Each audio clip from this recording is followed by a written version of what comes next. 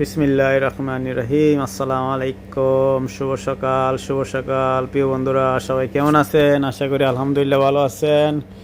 আমরা সকাল সকাল আজকে শুক্রবার ছুটির দিন, মাছ ধরার জন্য আমরা রওনা হয়ে গেলাম, আমি আর আমার সাথে আমার বিক্রম ভাই।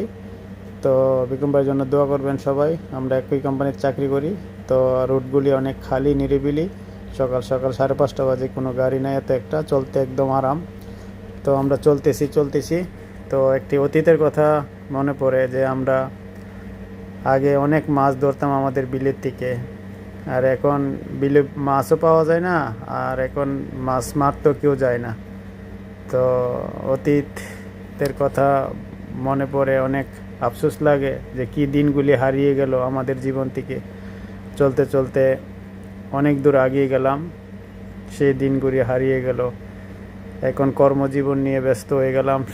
আমার মতন সবাই মাছ ধরার জন্য আনন্দিত, মাছ ধরতেও ভালো পাই, মাছ খাইতেও সবার সাথে স্বাদ।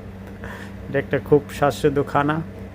তো ইনশাআল্লাহ সবাই দোয়া করবেন আমাদের জন্য, আর যারা বাহরাইন কর্মজীবন নিয়ে আছে সবার জন্য দোয়া করবেন ইনশাআল্লাহ।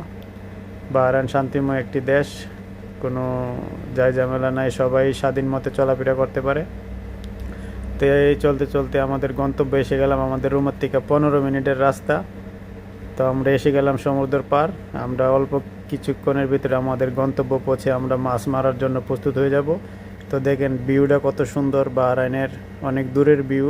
তো আপনারা যেমনই দেখতেছেন ইনশাআল্লাহ ভালো লাগবে, আর আমাদের জন্য দোয়া করবেন আমরা যেন আমাদের মাছ মারার সফলতা নিয়ে অফ রুমে ফিরতে পারি ইনশাআল্লাহ।